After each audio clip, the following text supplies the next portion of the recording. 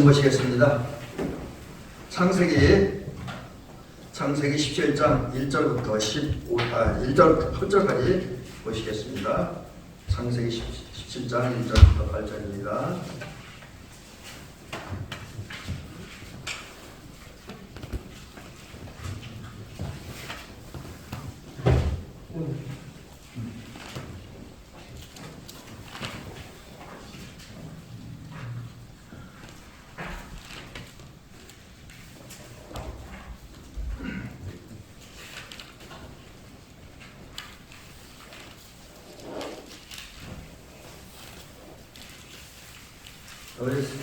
제가 성경 찾아놨죠, 성도님? 다 찾았나요? 공독합니다. 아브라함이 99세 때에 여호와께서 아브라함에게 나타나서 그에게 이르시되 나는 전능한 하나님이라 너는 내 앞에서 행하여 완전하라. 내가 내 언약을 나와 너 사이에 두어 너를 크게 번성하게 하리라 하시니 아브라함이 엎드렸더니 하나님이 또 그에게 말씀하여 이르시되 보라 내가 내 언약이 너와 함께 있으니 너는 여러 민족의 아버지가 될지라. 이제 후로는 내 이름을 아브람이라 하지 아니하고 아브라함이라 하리니 이는 내가 너를 여러 민족의 아버지가 되게 함이니라. 내가 너로 심히 번성하게 하리니 내가 네게서 민족들이 나게 하며 왕들이 네게로부터 나오리라. 내가 내 언약을 나와 너와 및 내 대대 후손 사이에 세워서 영원한 언약을 삼고 너와 내 후손의 하나님이 되리라. 내가 너와 네 후손에게 내가 거류하는 이 땅 곧 가나안 온 땅을 주어 영원한 기업이 되게 하고 나는 그들의 하나님이 되리라. 아멘.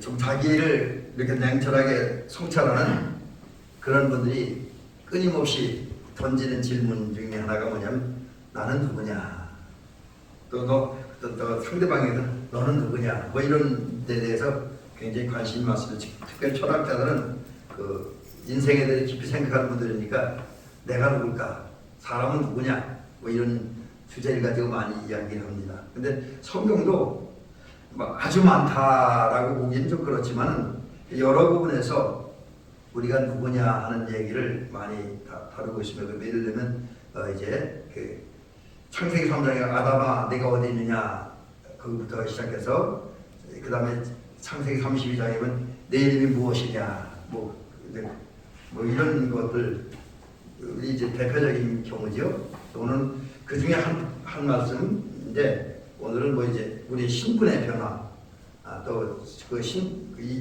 정확히 오늘 본문은 이름의 변화인데 이름의 변화 속에 담겨진 의미를 생각을 해보려고 합니다. 특별히 이제 오늘 소구영신예배이기 때문에 오늘 말씀의 그 흐름을 두 부분으로 이렇게 정리를 해봅니다. 하나는 2025년도 제가 지금 시기가 안 가져서 몇 시인지 모르겠지만 아마 2025년 지나가고 있을 겁니다. 아직 2026년은 안 됐고요. 근데 그런 지점에서 올 한 해의 삶이 하나님의 은혜였다. 특별히 우리는 하나님의 은혜를 받기에는 많은 문제가 있고 부족함이 많음에도 불구하고 하나님의 은혜였다라는 사실을 살펴보려고 합니다. 그리고 이제 그 다음에 오늘 본문으로 들어와서 특별히 이제 오늘 본문은 두 본문만 얘기를 하네요. 여기 보니까 1절에 완전하라 이 말하고 그 다음에 이제 그 5절에 내 이름을 이제 아브람이라 하지 아니하고 아브라함이라 하리라. 이 말씀만 가지고 이제 말씀을 한번 정리해 보려고 합니다. 우리는 지금 2025년도 끝자락에 와 있습니다. 이제 몇 분 안 남았죠?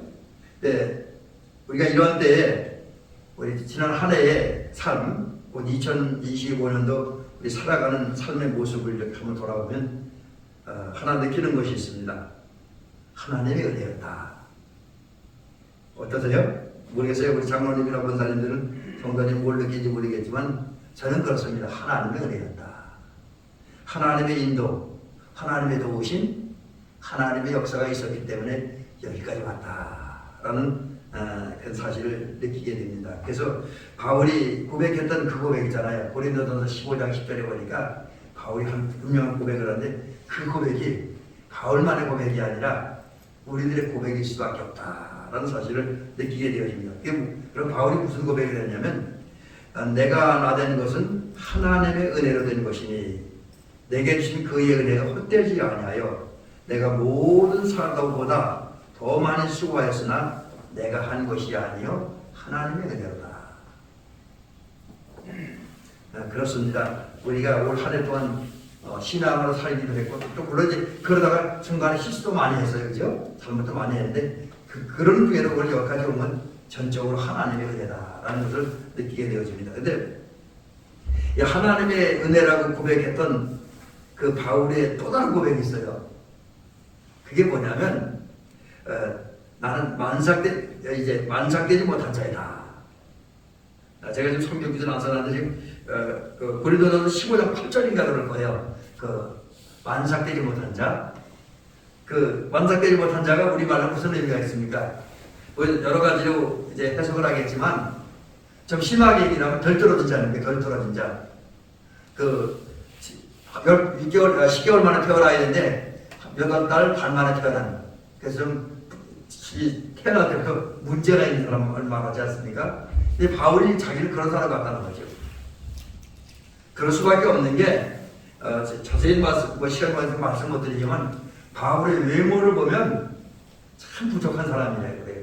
말도 더듬거리고 또 전도자임에도 불구하고 그에게는 간질병이 있었고 바울 사도에 대해서 인간적으로 연구하는 그런 분들에 의하면 그 자료가 얘기하는 거 막 함부로 얘기하는 게 아니고 설교하다가도 전도하다가도 썰어다가 막 이렇게 간질했다 그래. 그러면 이제 누가라고 하는 그 의사가 옆에 있다가 치료해주고 그리고 다시 복음 전하고 이런 일을 했다고도 그럽니다. 그 다음에 이제 눈에 안질도 있었고 뭐 허리도 꼽혔다 뭐 이런 얘기까지 전해지고 있습니다. 이런 면에서 보면 바울은 완전히 외형적으로 볼 때 또 말을 볼 때도 이 글을 짰을 때도 말을 되게 못한대요. 예, 아주 그냥 인간적으로는 좀 부족한 사람이에요. 그래서 진짜 만삭되지 못한 자. 거기다가 이제 그가 하나님을 위해 큰 일을 하긴 했지만 그 전에 그가 한 일이 뭡니까? 그 고백에 의하면 그는 하나님의 교회를 핍박한 자예요. 하나님의 교회 또 하나님의 성도를 핍박한 자예요. 실례를 몇 가지 들면 이제 사도행전 7장에 있는 대로 스데반 집사님이 돌에 맞아서 순교를 하잖아요. 그때 중요한 역할을 했어요. 중요한 역할. 거기 사도행전 옷을 맡아 관리했다 뭐 이런 의미가 있는데 증인 역할을 했다는 거죠. 사람들이 스데반을 죽이는데 증인 역할을 했다라는 거죠. 그 다음에 또 하나 스데반 집사님이 죽은 다음에도 스데반 집사님이 죽음을 안타까운 게 아니라 지극히 당연한 것을 여겼다. 마땅히 여겼다는 거죠. 뿐만 아니라 그 후에도 예루살렘 교회와 성도들에 대한 아주 미움이 가득 찼던 살기와 이음으로 등등했다. 가득 찼다. 이렇게 사도행전 9장에서는 또 표현을 합니다. 이와 같이 보면 바울 사도는 바울 사도가 되기 전에 사울 시대의 모습만 보면 하나님의 은혜를 받을 수 없는 사람입니다. 그런데 그가 다메섹으로 가는 길 위에서 우리 보통 직가라고 그렇게 얘기를 하는데 다메섹으로 가는 길 위에서 빛 가운데 찾아오신 예수님 만났고 또 예수님이 보낸 주의 제자 아나니아 사도행전 5장에 등장하는 그 아나니아가 아니라 다른 아나니아입니다. 다른 아나니아를 만났고 그를 통해서 이제 안수를 받고 내 눈에서 비늘같이 내 눈이 이제 내가 이제 눈을 다시 뜨고 강권하라. 그리고 이제 세를 받고 나고 음식을 먹으니까 강권해졌다. 그리고 눈에서 비늘 같은 것이 벗어졌다. 이게 뭐냐면 이제 사울이 다메섹 도상에서 빛 가운데 찾아와서 주님을 만나서 3일 동안 음식을 먹지 못했어요.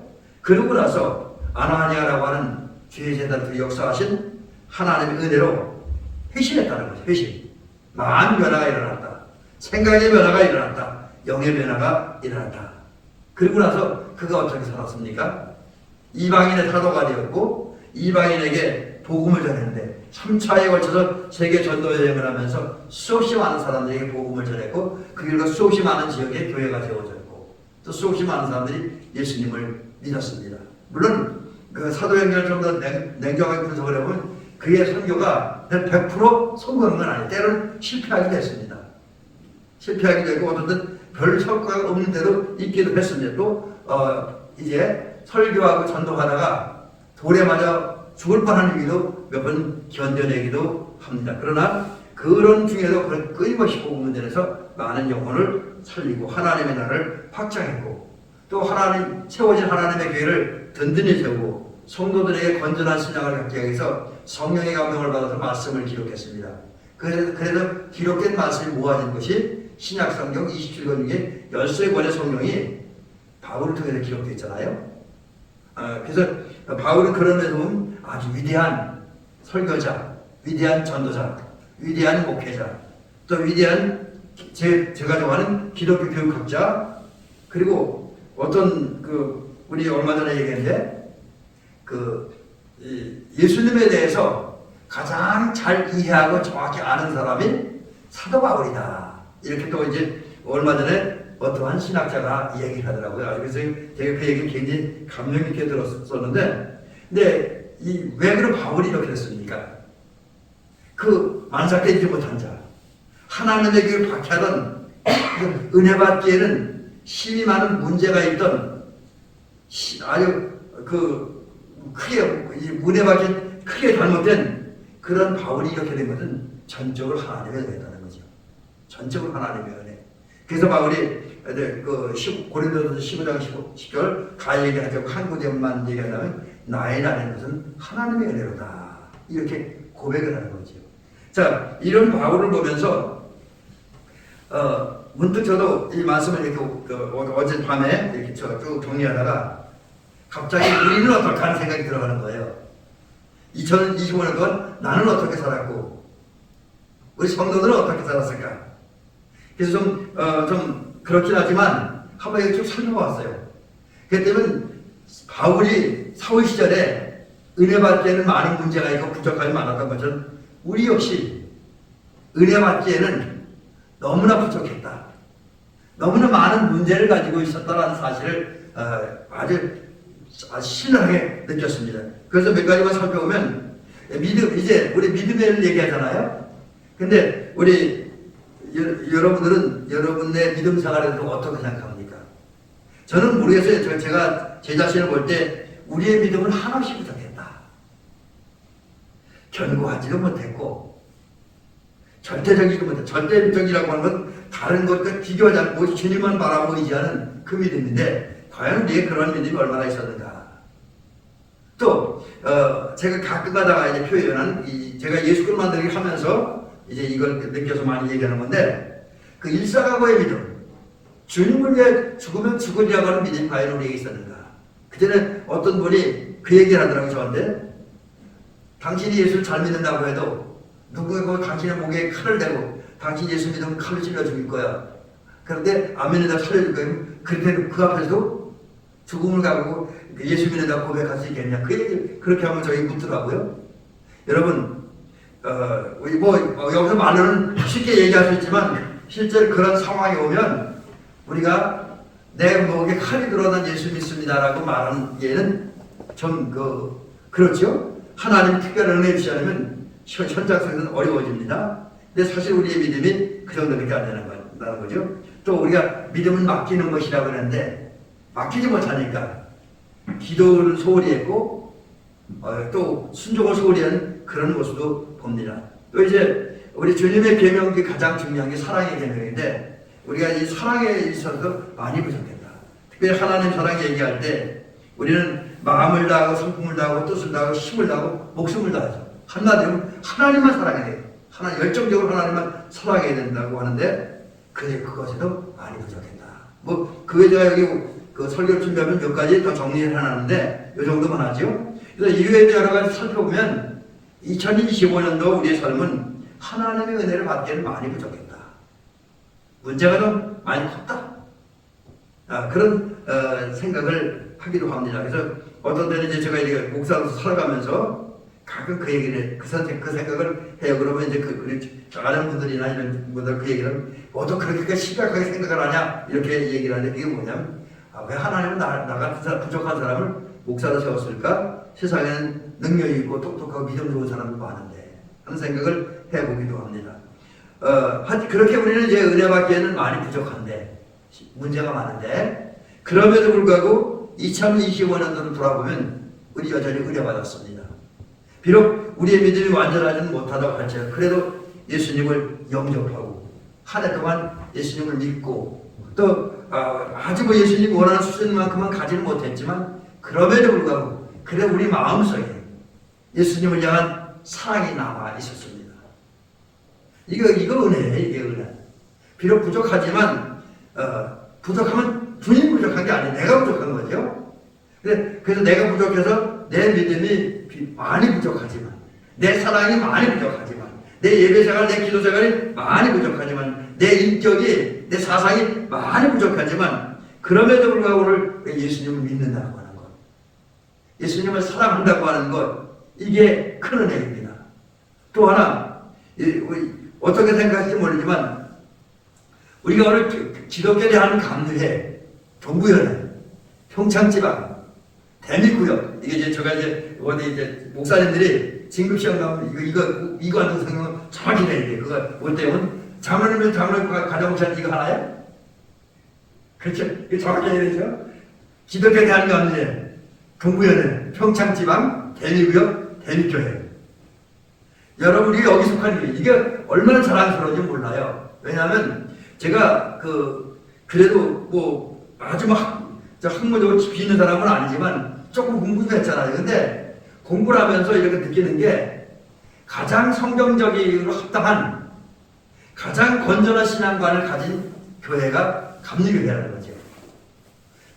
다른 교회는 얘기하기 그렇지만 여러 가지 성경적으로 보면 너무 이렇게 지나치게 아주 우격다짐으로 해석하는 그런 부분이 꽤 많이 있습니다. 근데 우리 감리교회는 물론 좀 이상한 사람도 있긴 하지만 그래도 우리 이제 감리교 전통적인 신앙을 보면 가장 건전하고 가장 성서적인 신앙을 가지고 있는 교회가 우리 감리교회입니다. 근데 이런 교회에 우리가 속해 있기 때문에 확률적으로 볼 때 가장 성서적이고 가장 건전한 신앙을 가지고 확률이 높은 교회에 속한 사람들이에요. 이게 얼마나 큰 은혜인가 하는 거죠. 또 저는 이제 뭐 유튜브라든지 TV를 통해서 탈북자들의 신앙 간증이랄지 뭐 그들의 이야기를 많이 들어보는데 그들의 자료를 보는데 그러면서 느끼는 게 북한에 태어나지 아니하고 또 사우디 같은 나라 태어나지 아니하고 아프리카에 태어나지 아니하고 대한민국에 태어나고 강원도에 태어나고 오늘 제가 잠깐 서울 가서 있기도 한 적도 있지만 주로 강원도에서 생활했다는 것 이게 얼마나 감사한가 하는 것을 절실하게 느낍니다. 또 이제 저는 목사가 되어 사역한다는 거 부족하지만 또 우리 장로님들이나 권사님들은 농사 지낸다고 하는 거. 특별히 농사는 제가 느끼기에 많은 직업들 가운데 가장 정직한 직업이라고 생각을 합니다. 장사꾼들은, 은행원들은, 바르사업가들은 자기의 목표를 위해 거짓말도 하고 사기도 치고 불법도 저지르지만 농사는 그럴 수 없잖아요. 내가 일한 것만큼 솔직히 나오니까. 그러니까 가장 정직한 직업이고 가장 하나님 보시기에 합당한 직업 중에 하나가 아닌가 그렇게 여겨집니다. 근데 그런 일을 하면서 산다고 하는 것 이게 하나님으로 받은 은혜가 아닌가 그렇게 저는 믿습니다. 또 돌아보면 우리 집에는 뭐 이상한 사람들이 조금 있긴 하지만 그 이상한 사람들보다는 좋은 사람들이 훨씬 더 많습니다. 믿을 만한 사람, 마음을 터놓고 이야기할 만한 사람이 더 많잖아요. 하나님께서 우리에게 그런 사람을 붙여주셨습니다. 얼마나 감사한지 몰라요. 얼마나 감사해요. 그래서 이런 것들이 바로 올 한 해 동안 우리 하나님의 은혜가 아닌가, 하나님을 받은 은혜가 아닌가 여겨집니다. 그래서 결국은 우리가 아까도 찬양을 불렀습니다만 우리는 고백할 수밖에 없는 게 있어요. 찬양할 수밖에 없는 게 있어요. 찬송가 301장입니다. 우리 같이 한번 불러볼까요? 하나님께서 올 한 해 동안 우리에게 베풀어준 은혜를 생각하면서 301장을 감사하는 마음으로 이제 고백하는 마음으로 한번 같이 찬양을 하고 말씀을 계속 이어갑니다. 지금까지 지내온 것 주의 크신 은혜라 한이 없는 주의 사랑 어찌로 말하랴 작게나 주의 손이 항상 살펴주시고 모든 일을 주 안에서 영통하게 하시네 몸도 맘도 연약하나 죄인마다 살았네 물붓듯이 부으시는 주의 은혜 조가다 사랑 없는 거리에나 험한 손길에 맺게 주의 손을 굳게 잡고 찬송하며 가리라 주님 다시 배울 날이 날로 다가와 무거운 짐 주께 맡겨 벗을 날도 멀렸네 나를 위해 예비하신 고향 죄를 돌아가 아버지의 품 안에서 영원토록 살리라. 아멘. 참으로 돌이켜보면 감사할 수밖에 없는 한 해였다. 왜? 너무나 많은 하나님의 은혜와 하나님의 사랑을 받았기 때문입니다. 그렇지만 그 좋았던 한 해도 다 흘러갔어요. 이제 2025년도 제가 지금 정확한 시간은 모릅니다만 다 흘러가고 이제 2026년도가 지금 우리 앞에 다가왔습니다. 그래서 이제 우리는 하나님의 섭리 가운데 다가올 2026년도를 지금 맞이하고 있습니다. 이런 우리들에게 또한 우리의 새해 2026년도라고 하는 새해를 주신 주님께서 명령하십니다. 나는 전능한 하나님이다. 여기서 지금 하나님은 당신이 어떤 분인가를 밝히시죠. 전능한 하나님. 무엇인지 하실 수 있는 하나님이라고 하는 사실을 밝히고 있습니다. 그 다음에 이제 말씀하시기를 너는 내 앞에서 행하여 완전하라. 좀 부담스러운 얘기죠. 여기서 하나님께서 아브라함에게 완전하라고 하는 것은 예수님께서 말씀하신 완전하게 조금 의미는 달라요. 그리고 제가 오늘 말씀드린 완전하고 좀 의미가 다른데, 근데 그래도 살펴보면 도덕적으로 완전하라. 이제 하나님께서 아브라함에게 도덕적으로 완전하라고 요구하는 것은 아브라함을 믿음의 조상으로 또 구원의 역사의 중심으로 세우기 위함도 있습니다. 그러나 또 그보다 또 하나 중요한 게 뭐냐면 아브라함이 도덕적으로 실수를 했기 때문이에요. 그게 뭐냐면 하가를 취해서 이제 이렇게 하고 밤에 동침을 하고 이스마엘이라고 하는 아들을 낳은 것을 문삼고 그런 이제 앞으로 그렇게 살지 말고 하나님 앞에 도덕적으로도 윤리적으로도 순결하게 살아라 이렇게 말씀하는 거죠. 근데 이건 이제 아브라함에게 주신 말씀이고 오늘 예수 그리스도께서는 또 우리 새해를 맞이하는 우리에게 말씀하십니다. 하늘에 계신 너희 아버지의 온전하신 같이 너희는 온전하라.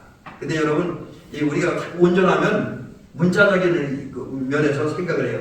문자적으로 보면 이게 이제 한글도 그렇고 성경 언어도 그렇고 전혀 흠이 없는 허물이 없는 실수가 없는 그런 의미를 갖고 있습니다.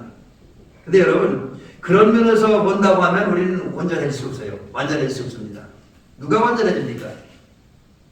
그래서 방송에서 목사님들 설교하는 것도 보면 완전을 자꾸 이제 그냥 문자적인 의미로만 해석을 해서 우리 감리교회 꽤 유명한 목사님도 지난 어디서 설교하는 거 하는 거 이렇게 들으니까 우리는 완전할 수 없다 이렇게 얘기를 하더라고요.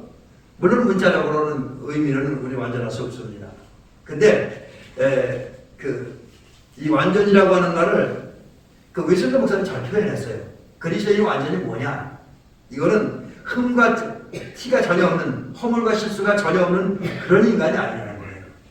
그 뭐냐? 제가 이 부분에 사실 많이 고민했는데 며칠 전에 이제 우리 이렇게 그 강의를 드리고 세미나를 하면서 이 얘기를 듣고 이거다 하는 건데 깨닫고 머리를 친 적이 있습니다. 가슴을 치고 얼마나 중요한 의미인지 몰라요. 근데 그게 더 복잡한 의미는 아닙니다. 단순해요. 뭐냐면 우리가 하나님을 향한 온전한 믿음, 하나님을 향한 온전한 믿음을 가지면 되는 거예요. 그게 온전 중에 하나예요. 완전.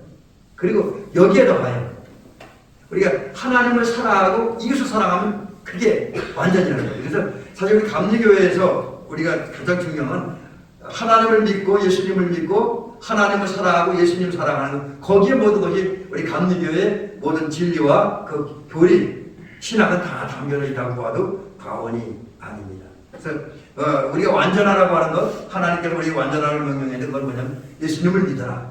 하나님을 믿어라. 의심하지 말고 흔들리지 말고 절대 믿는 거 아니라 일사각오에 믿는 거 아니라 그겁니다. 그리고 마음을 다하고 뜻을 다하고 성품을 다하고 힘을 다하여 또 목숨을 다하여 하나님 사랑하라. 열정적으로 하나님을 제일 사랑하라. 뭐 이런 의미죠. 그리고 이웃 사랑하라. 그게 완전하라고 하는 주의 명령입니다. 그래서 지금 새해에 주님께서 우리에게 주신 말씀이 하나님 잘 믿어. 예수님 잘 믿어. 또 그 믿음이 커서 튼튼하고 흔들리지 않고 견고하고 온전하고 죽으면 죽을 자가 그 믿음 가지고 살아봐. 절대 믿음 가지고 살아봐. 그리고 그 위에 하나님을 사랑하고 사람을 사랑하라.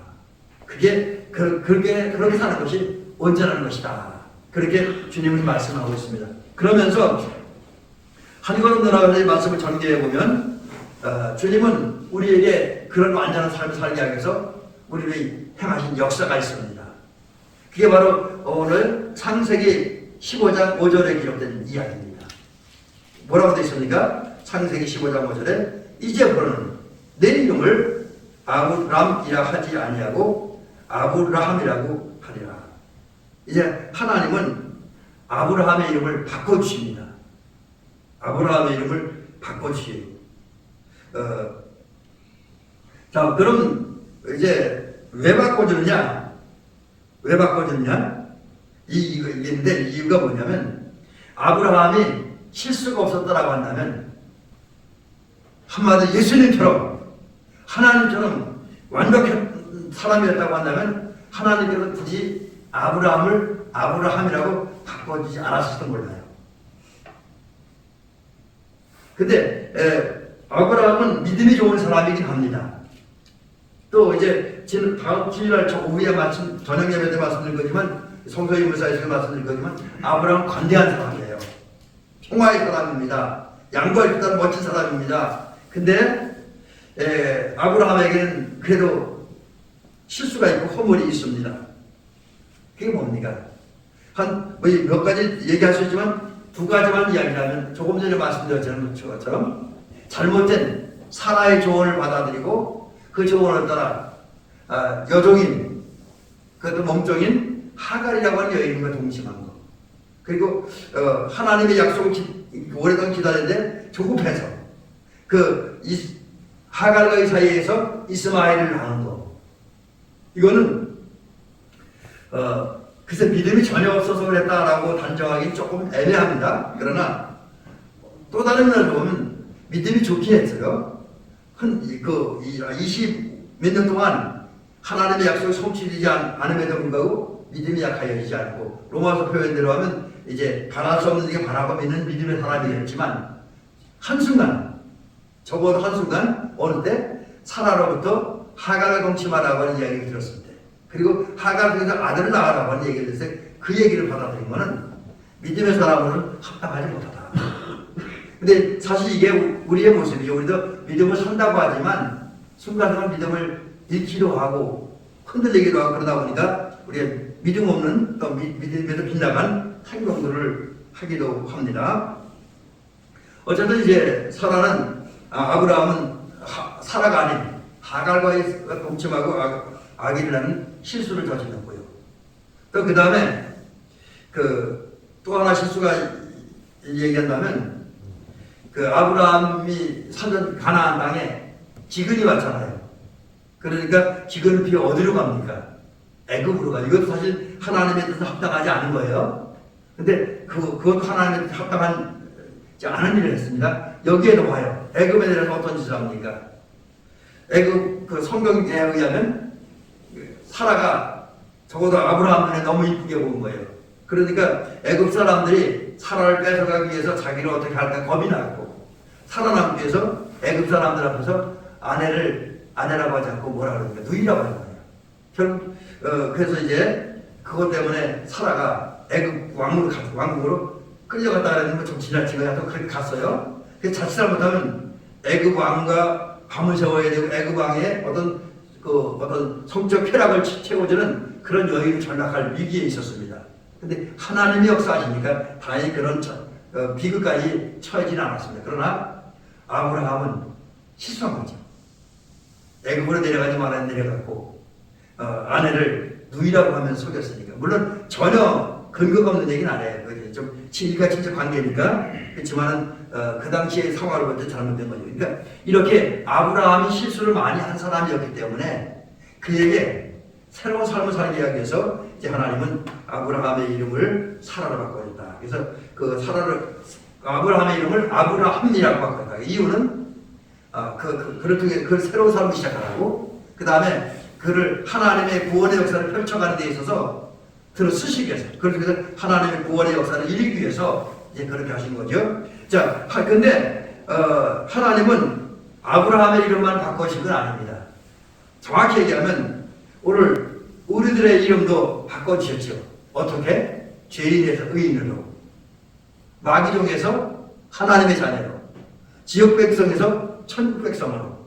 그 여기에 나와요. 그건 뭐 일률적이지 않고 개인적일 수가 있기 때문에 그렇지만 어떤 분들은 기도하다가 순종하다가 헌신하다가 하나님으로부터 받은 그분만의 또 다른 이름이 있을 수 있습니다.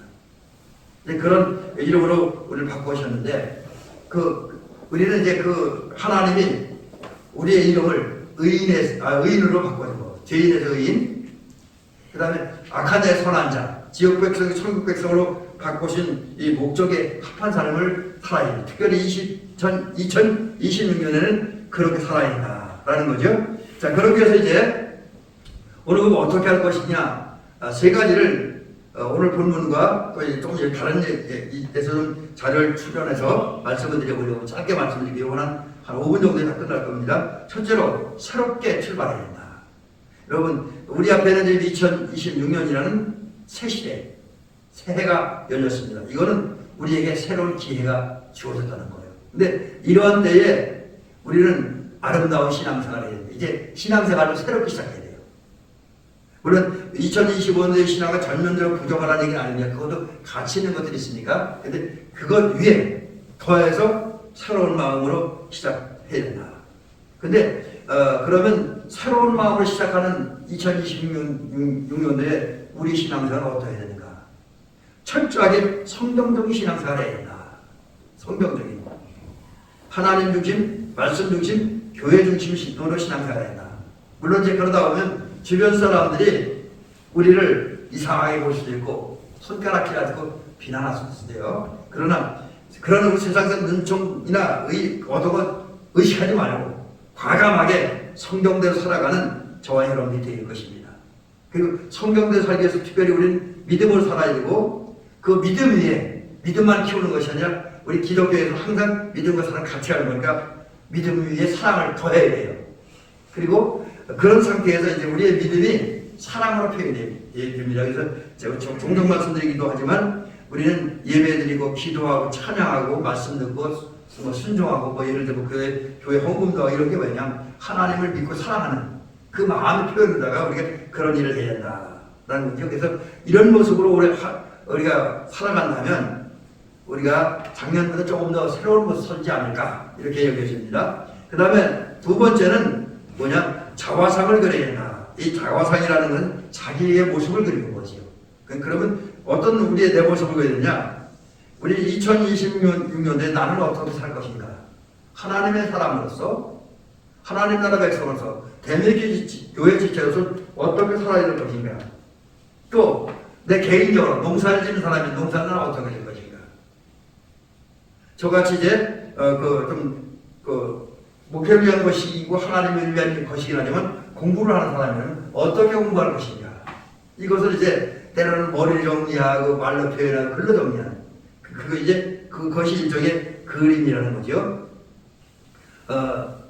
특별히 이제 2026년도에도 하나님은 우리 아버지실 것입니다. 또 우리의 왕이십니다. 우리 인도자가 되십니다. 우리의 목자가 되십니다. 그 하나님이 함께 하시기 때문에 그 하나님이 도우시기 때문에 올해는 우리는 복된 삶을 살게 되리라고 믿습니다. 우리가 건강한 신앙생활하면 우리 영혼이 잘된 것 같이 범사에 잘되고 강건해지는 은혜와 복을 주실 줄 믿습니다. 또 로마서 8장에 있는 대로 모든 것이 합력하여 선을 이루는 복을 주실 것이고 신명기 28장에 있는 대로 집에서도 복을 받고 들에서도 복을 받고 안지나서나 복된 삶을 살게 될 것이고 대적과의 경쟁에서 이기는 그 손대는 모든 일이 다 잘 될 것입니다. 여러분 이것을 상상하면서 믿음으로 그것 그려보시기 바랍니다. 믿음을 자꾸 내 머릿속에 하나님이 내가 성공하는 거, 복 받는 거 그리고 이제 풍성해져서 하나님의 영광을 살아가는 그 모습을 그리면서 한 해 살아가는 저희 길을 주의 이름으로 간절히 부탁을 드립니다. 그 다음에 마지막 세 번째는 꿈과 희망을 갖고 올해 한 해를 살아야 됩니다. 물론 이제 사실 새해에는 우리 두 가지 가능성은 있어요. 두 가지. 하나는 잘 될 수도 있고 하나는 어려움을 나갈 수도 있는데 그럼에도 불구하고 우리는 나쁜 쪽보다는 긍정적인 마음을 가지고 희망을 가지고 살아가는 저와 여러분들이 되는 줄 믿습니다. 오늘 본문에 보면 아브라함의 이름을 바꾸시고 그러니까 아브람에서 아브라함으로 이름을 바꿔주신 하나님께서 이제 그 17장 6절 7절 이 8절까지 해서 중요한 몇 가지 말씀을 주고 있습니다. 근데 이 말씀은 약속이에요. 어떤 약속입니까? 첫째로 보면 이제 그 하나님께서 아브라함의 후손을 번성시켜주겠다. 그래서 여기 보니까 구체적으로 보면 아브라함에게서 많은 후손이 태어날 것이고 그 태어난 후손들 가운데서 많은 민족들이 날 것이고 그리고 또 많은 민족이 나다 보니까 그 아브라함의 후손들 가운데 위대한 왕도 많이 나올 것이다. 이런 약속을 주십니다. 아브라함은 초라한데 그 하나님께서 그 아브라함과 그 후에 펼쳐질 그 약속의 말씀은 아주 화려하고 엄청납니다. 희망이 되는 거죠. 그 다음에 두 번째 약속은 뭐냐면 아브라함과 아브라함 후손의 하나님이 되어줄 것이다. 다른 사람의 하나님이 아니에요. 아브라함의 하나님. 그 다음에 이제 또 하나는 가나안 땅을 기업으로 주겠다. 영원한 기업을 주겠다는 거죠. 여러분 이 약속은 아브라함의 상황으로 볼 때 아브라함 현재 상황은 초라하지만 그러나 이 하나님의 이 약속의 말씀은 아브라함의 삶을 엄청 화려하게 만드는 꿈이 되는 그런 말씀입니다. 근데 우리가 성경을 읽으면 하나님께서 우리에게 앞에 펼쳐놓은 인생은 이 말씀을 통해 우리 앞에 펼쳐놓은 인생은 지금 우리들의 모습보다 훨씬 찬란한 그래서 우리 미래가 우리 앞날이 지금보다 더 좋아질 것이라고 더 아름다워질 것이라고 더 행복해질 것이라고 하는 그 희망을 주고 있습니다. 그렇다고 한다면 하나님을 향한 절대 믿음을 가지고 있는 우리 장로님과 권사님들은 올 한 해를 하나님의 믿음 안에서 큰 꿈을 가지고 또 아까 말씀드린 내가 꾼 꿈을 그림으로 그려가면서 그리고 거기에 더하여 또 기본이 되기도 하고 더하기도 하는데 이제 그 사랑으로 역사하는 믿음을 가지고 한 해를 삶으로 우리의 이름을 새롭게 바꿔신 그 하나님의 목적에 합한 삶을 살아가는 저와 여러분들 되시기를 주의 이름으로 축원합니다.